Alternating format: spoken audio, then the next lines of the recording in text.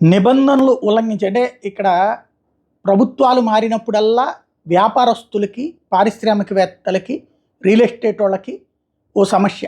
కాంట్రాక్టర్లకి. కొత్త వాళ్ళు సంపాదించుకోవాలనుకుంటారు, పాత వాళ్ళని తొక్కేయాలనుకుంటారు. లేదా పాత వాళ్ళు కొత్త ప్రభుత్వాలకి అంతో ఎంతో తృణమో ఫణమో ఇచ్చుకుంటే తప్పించి వ్యాపారాలు నడవలేని పరిస్థితి వివిధ రాష్ట్రాల్లో సాగుతుంటుంది. ఎస్పెషల్లీ ప్రభుత్వాలు మారినప్పుడే ఈ సమస్య ఫేస్ చేస్తుంటారు. అందుకని ఈ దేశంలో బిజినెస్లకి పెద్ద ప్రమాదం అయింది. విదేశాలకు వెళ్ళి చేసుకుంటూ ఉంటుంటారు. అక్కడ ఇట్లాంటి తలనొప్పులు ఉండవు, రాజకీయపరమైనటువంటి ఒత్తిడి. మన దేశంలోనే ఉంటుంది. ఇప్పుడు రియల్ ఎస్టేట్ వ్యాపారులు ఎప్పుడో కట్టిన భవనాలకు ఇప్పుడు రూల్స్ పాటించలేదన్నటువంటి కోణంలో నోటీసులు రెరా ఇచ్చింది. హైదరాబాద్లో మియాపూర్లోని ప్రజ్ఞా ఎకో స్పేస్కి, చింతలకుంటలోని శ్రీసిద్ధి వినాయక డెవలపర్స్కి, కొండాపూర్లో నార్త్ ఈస్ట్ హ్యాబిటేషన్స్కి, సంగారెడ్డిలోని బీఆర్ ప్రమోటర్స్కి నోటీసులు ఇచ్చారు. కేపీహెచ్బిలోని ఇన్వెస్ట్ ఇన్ఫ్రా, కొంపల్లిలోని భారతీ లేక్ వ్యూలకు కూడా రెరా నోటీసులు ఇచ్చింది. 15 రోజుల్లోగా సమాధానాలు ఇవ్వాలని రెరా నోటీసులు ఇచ్చింది.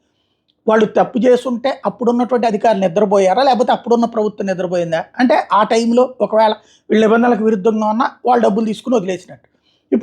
అప్పుడు ఒకసారి డబ్బులు ఇచ్చి ఉంటారు, మళ్ళీ ఇప్పుడు వీళ్ళకి డబ్బులు ఇవ్వాలన్నమాట. లేదా అప్పుడు సక్రమంగానే ఉన్నా ఇప్పుడు వీళ్ళ ఇష్ట ప్రకారం మళ్ళీ మార్చాలన్నట్టు. అంటే కొత్త వాళ్ళు వచ్చినప్పుడల్లా కొత్తగా వేధించడం. ఇప్పుడు అందులో కొనుక్కున్నటువంటి వాళ్ళందరూ అన్యాయం అవుతారు కదా. ఓసారి నువ్వు రిజిస్ట్రేషన్ జరిగిపోయింది, అప్రూవల్ అయిపోయింది, తేడా వస్తే అప్పుడే కూలగొట్టాలి అధికారులు. అదే అధికారులు కాదు ఉండేది, మధ్యలో ఎవరన్నా కొత్తగా వస్తారండి ప్రభుత్వం మారినప్పుడు అలా అధికారులు.